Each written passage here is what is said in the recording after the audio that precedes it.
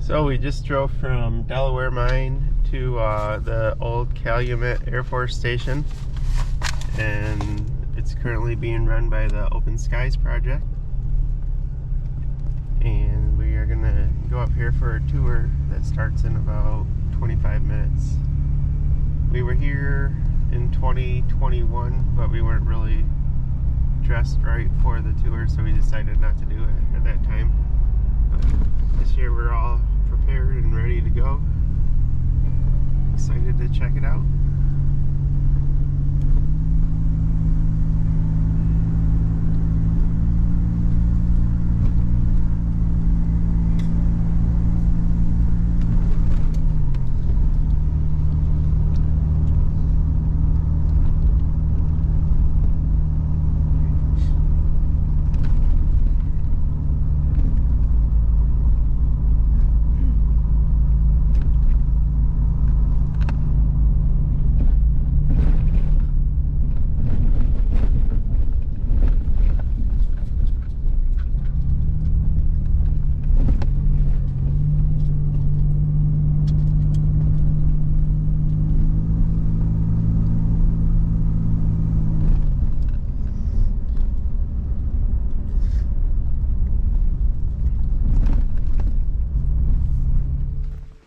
Its initial purpose was basically a watchtower during the Cold War.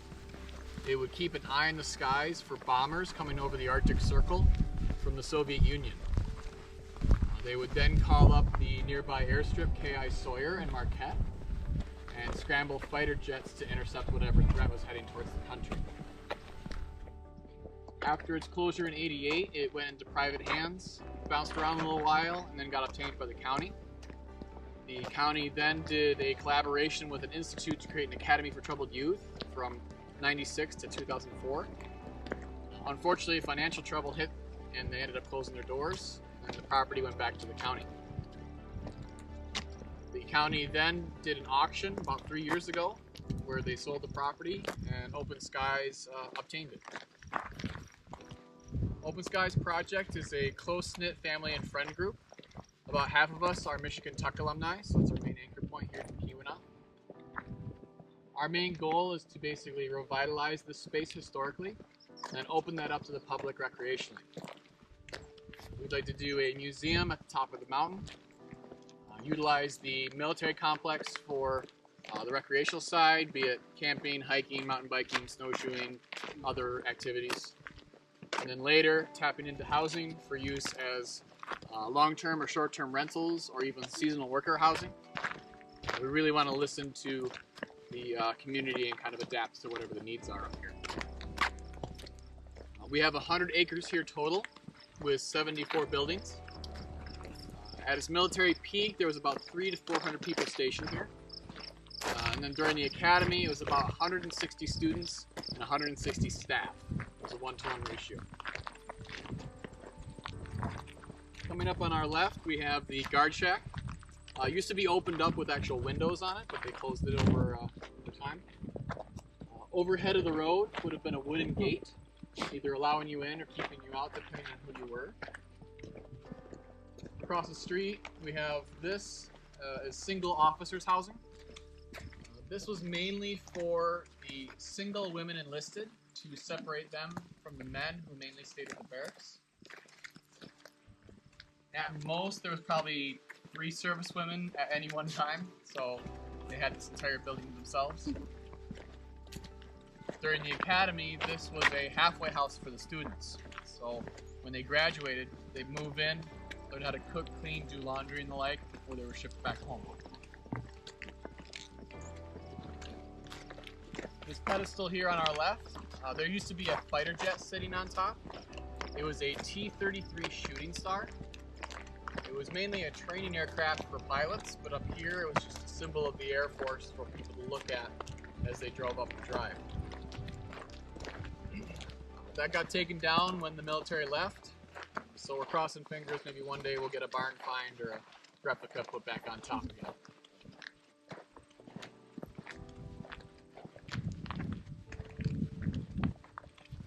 We're now working our way into the residential district. This is where the enlisted families would be housed. basically, if you had a spouse with kids, you could potentially be living here. Although some other servicemen would have to commute from Calumet and Houghton because there was quite a long waiting list to actually be on site here. This was the first neighborhood that was built. This is middle housing, roughly in the 1950s. And the latest renovated in 86, 2 years before they closed the base down. We are very fortunate with a lot of the buildings here. The bones are still pretty solid. It's just the superficial damage from vandalism and weather that have been happening ever since its abandonment. We recently had been awarded some grant funding from the Michigan Land Bank for blight elimination. And we've used those funds to board up all the windows here on site, as well as shore up a few other buildings that need some extra help. In total, we've got about 12 unbroken windows throughout the entire area here, so it's a good peace of mind to see everything buttoned up and ready for us to get to them in the future. There's only 2 floor plans amongst the housing here. They're pretty much cookie cutter, copy and paste. Every single house here is a 3-bedroomed house. The only exception being, at the end of the road, the commanding officer had a 4-bedroom. It was nice to be the head man on top.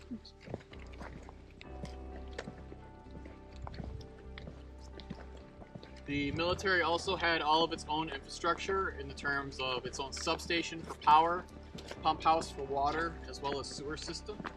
And that was run by the enlisted as well as private contractors hired in to make all of that run.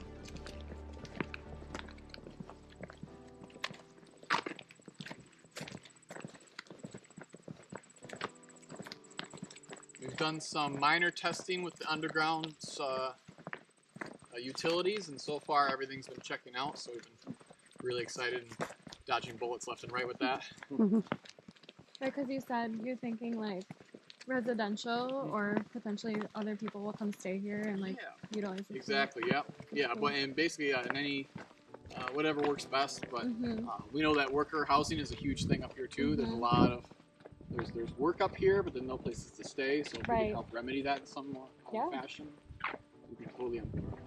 How far are we from Michigan Tech? Kind of a ways. I would say we're probably a 45-minute drive away. Okay. So it might not be as ideal for like a student or anything like that. But when it comes to like other activities, like in this area, like Calumet, Copper Harbor, we're about 20 minutes drive.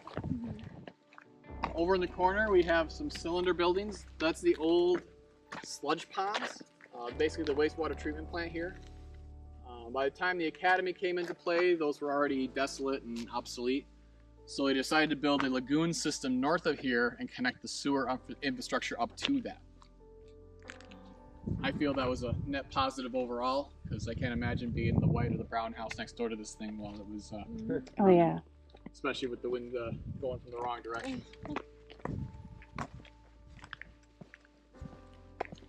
This house here at the corner, this is the commanding officer's house that I had mentioned before. So now we're working our way into the second neighborhood here. This is lower housing. This was put in roughly in the 1960s. This was not renovated in the same way middle housing was. This was basically boarded up in '88 and left on its own ever since. There was no academy staff living here in the 2000s. The Air Force still owned this lot at the time, and they didn't want to hand that off to the county to use. So with that, it still has its 1960s, 70s charm of gaudy wallpaper, wood paneling, and linoleum floors. They show a little bit more worse for wear in comparison to the other neighborhood as well. The garages were put in place about 5 years after the houses, and you would have shared one stall with your neighbor.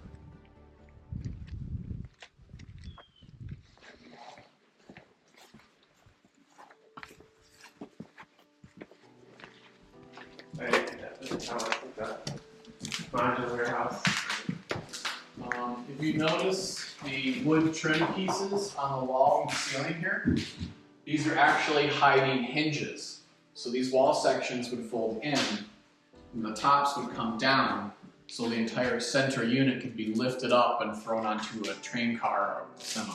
And that's how they would go from place to place. So, we've got a living room, dining room area here. On the corner, we've got the kitchen. You're more than welcome to look at the other rooms, and we'll reconvene back outside. Okay. We're currently looking at the receiver array, and on the opposite side of the property is the transmitter array. But this is what the station used to communicate to the fighter jets that were flying in the air. Each tower would have had its own antenna with its own frequency, so it had a wide net to cast. They had a few extras for redundancy. In case one were to fail, they could switch over with ease. Also at the corners, you'll notice the pegs. That's how they would be able to climb up and do maintenance on those antennae. They would also have fall arresters, so in case you were to slip, you would get caught before you hit the ground. As early as 1961, they had the ability to send a data pulse to the fighter jets, giving them coordinates and information they needed to reach their destination. Basically, it was the earliest form of autopilot you can imagine. They even had the ability to arm and fire weaponry on the aircraft from the site. Crazy to think in the 60s, before microprocessors, we had knobs, tubes, and bulbs, and computers the size of bedrooms and everything like that. Definitely some of the coolest structures here, as well as the oldest. They were some of the first built on site, and the fact that they're still standing with practically no rust on them is a testament to how well they were built.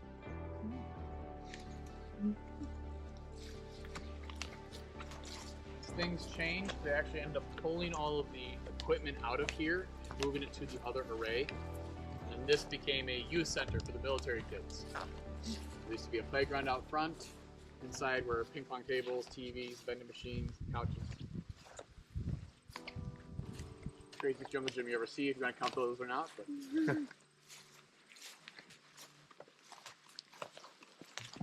Have you found one yet? not yet. It's on my list. I want to get the right equipment first before I go up. Yeah. So sites like these were built all throughout the country, mainly in the northern states. There were others built into Canada as well. There was the DEW line, which was just across the border, the Mid-Canadian line, and then the Arctic line. So in theory, if a bomber were to head over the North Pole, it would have to go through 4 layers of radar stations before we could even reach a target here in the U.S. And that's what they felt was needed and necessary to basically protect us from any kind of nuclear attack by the Russians. And I'm here today to talk about it, so it seemed to have worked. Are any of the other sites still around, or? There's a couple into Alaska, Oh, okay. but sites like these mainly became obsolete due to upgrades in technology. We're talking GPS, better radar systems in place at actual like airfields Yeah. and stuff. So, and the other major reason here, this could not detect ballistic missiles. This was just for bombers. And other sites in that vein pretty much just fell out of favor and turned out to be an abandoned like this one. Based off most of our research, I think we're the most complete in the terms of buildings still surviving for a radar station of this time. Most often they're demolished down to their foundations or have a couple buildings left over, or even repurposed for that matter for other things. This large building here to our right, this is motor pool. This would have housed their ambulance, fire truck, plow truck, and other equipment. Around the corner, the room that we started in, that was more like an open garage for you, for enlisted to do maintenance on their vehicles, be it change oil in their car or fix a tire. They would also rent out snowmobiles and boats out for those on their off time, so they could go enjoy the Keweenaw at the leisure. This is currently one of the few buildings that has power, hence why all of our stuff's kind of accumulated over here. Members have brought their stuff up to help in the process of fixing the place up. So it's been a huge help overall. Behind me we have the barracks units. This is where The single enlisted would be housed, as well as the academy students. Next up, this little foundation here. Oh yeah, I was wondering what that Yeah. concrete structure there was. There used to be 3 towers here at the start of the base. But as technology improved, instead of retrofitting what they had, they decided to build the 2 current towers and demolish the old 3. This is just a foundation to one of those. Oh, okay. It's a nice 12-sided structure, about 2 stories tall, had its own dome and everything. Our best guess is it was probably too much of a hassle to take all that concrete out, so they decided to leave it behind instead. It's an interesting piece of architecture, if anything. Mhm. Not quite sure what we're going to do with it, so we're open to any ideas. Had a few suggestions for different things. What do they suggest? Hammock, a hammock site, Oh yeah. Oh yeah, I can see Garden. that. hanging gardens. Oh yeah. Maybe putting an ice cream parlor or a bar or something like that. Oh, that'd I be see a kinda cool. garden Have a type. little- like a almost like a shipping container bar, but in the Right. building part of it there. There's some big windows that hold open. Yeah, that's a possibility. This large metal building here, this was the powerhouse building. Inside there were 4 emergency generators. They were 500 kilowatts apiece, and they ran on diesel. They would do trainings about once a week where they would fire those up, completely cut off the power grid, and they could run the entire facility off this building. Oh, And that was just in case a catastrophe were to happen, they could make sure that this site would continue the defense of the country no matter what. Unfortunately, that got pulled out when the military left. So when the academy came in, they decided to change it to a gymnasium for the students and would hold their graduation ceremonies inside. okay. So we're actually going to divert off the road and kind of cut through the grass here to our left. Another interesting feature about where we are the tallest peak in the Keweenaw. We're taller than Brockway, Bohemia, and Mount Houghton. Walking towards a cement pad on the ground. This used to be another foundation to one of the older set of towers, but this is the starting point of the natural tallest peak of the mountain, Mount Horace Greeley. Yeah, so 1,540 feet in elevation. So we're the tallest people in the Keweenaw right now. This mountain used to be 22 feet taller than this, but they blasted all the rock out flat so they could add all of these extra buildings on top.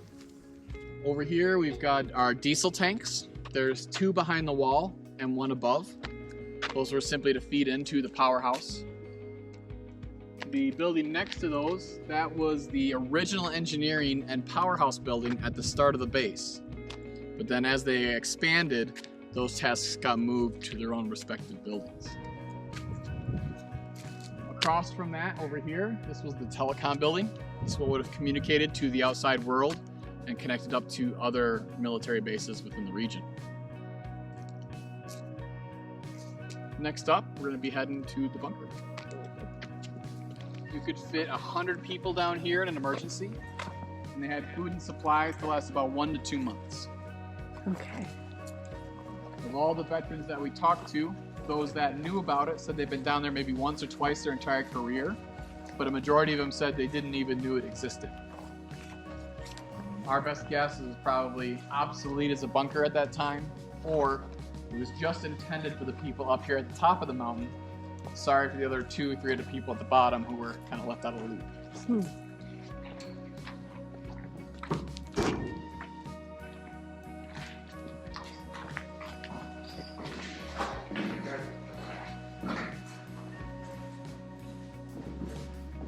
It's really nice down here.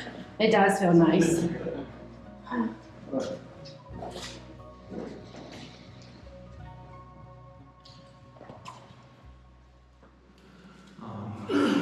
If you could imagine, half of this would have been bunk beds, and the other half would have been tables with bench seats. In the back corner, you have a ladder going to the escape hatch back to the surface. Between the hatch on top and this bottom sand. In case bomb were to go off, it wouldn't go down through there and into the roof. Oh, okay. So if you had to go out that way, you have to get the sand out. Yeah, so you pull the cord, open the door, the sand would go on the ground, and then you climb up afterwards. So when we first got here, there was literally a pile of sand about 2 foot tall right at the base here. So we dug all that out and got out of here. Also, if you notice this Quonset ceiling, this used to be the original dimensions of the bunker, spanning the entire length here.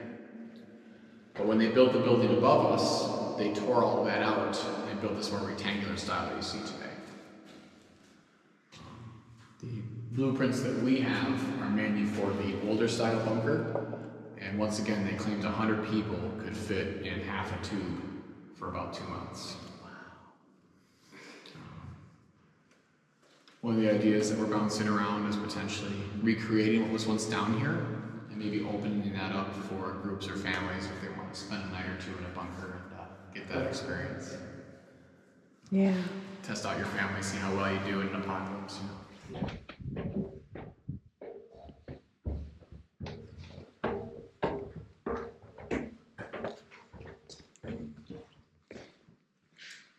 So just inside here is the ladder going up. Oh, okay. Oh, there's the balcony. Whatever works best for you guys. Alright. Let's check out the balcony first.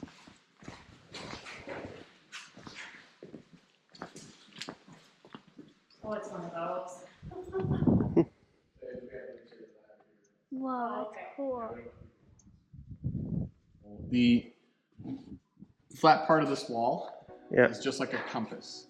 So this is straight north and straight south, parallel to that. Okay. If you look straight south, there's a little tiny needle, like a little pin, right at the edge of the woods just before the water begins. That's the Gay smokestack, straight south of here. Oh, okay. You can kind of make out the Huron mountain range on the opposite side of the bay where the horizon's at. We have Gratiot Lake, which is this close lake here. There's a little tiny lake right next to it called Deer Lake. And then straight east, you have Lake Lac La Belle with the channel cut out into Superior. You can kind of see a mountaintop with a little divot in the middle and some lanes cut out in it. Yep. That's Bohemia Ski Resort. Oh, okay. There's a really tall peak behind that just to the left.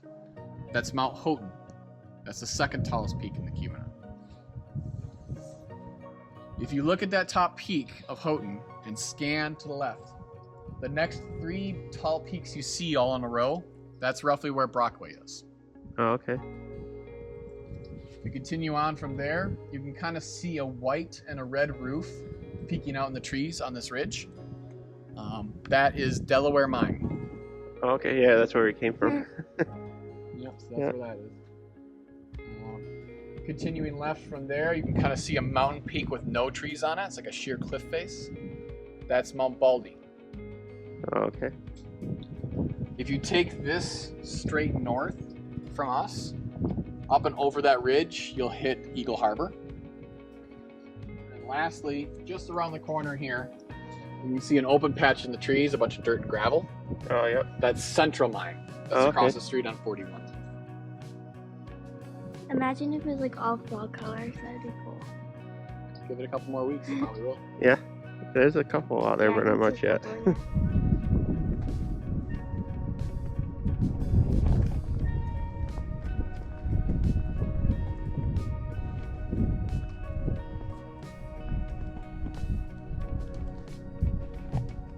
That's pretty cool view up here.